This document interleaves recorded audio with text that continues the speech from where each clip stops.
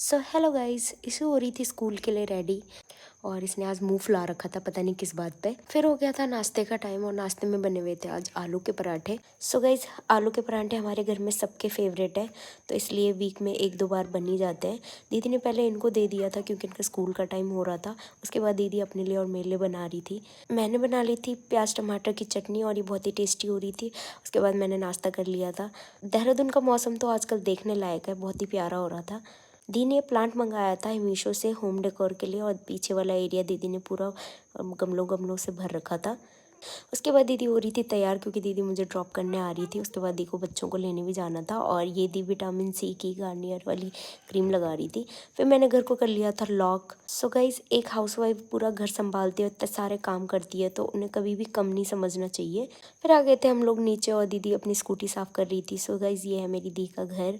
मुझे चाहिए था एक माइक और मुझे उसकी बहुत ज़्यादा ज़रूरत है, तो इसलिए हम लोग चले गए थे माइक लेने के लिए। मैंने ऑनलाइन ऑर्डर किया था बट वो पहुंचा नहीं, वो कैंसिल हो गया था एंड टाइम पे। बट अनफॉर्चुनेटली हमें यहाँ पे भी कोई माइक नहीं मिला। फिर आ गए थे हम लोग घर, और दीदी कर रही थी अपने देवर से बात। ये मेरी दी की देवर और देवरानी है। भैया इंदौर में जॉब करते हैं, तो ये लोग इंदौर ही रहते हैं अभी। उसके बाद हो गया था यूवी का टाइम और दीदी स्कूल चली गई थी यूवी को लेने। और ये आता बाद में है, पहले इसको फ़ोन चाहिए होता है, इसको फ़ोन छेड़ना होता है। आजकल बच्चों की आदत इतनी ख़राब हो चुकी है कि वो मानते ही नहीं है बिना फ़ोन के। इसने सबसे पहले फ़ोन पकड़ लिया था हाथ पे। फिर दीदी ने अपना सूट पहना था तो मुझे बोल रही थी कि मैं कैसी लग रही हूँ। उसके बाद दी का हो गया था टाइम जाने का, क्योंकि दीदी को स्कूल जाना होता है बच्चों को लेने के लिए। उससे पहले इन्हें घर जाके खाना भी बनाना था और दीदी चली गई थी।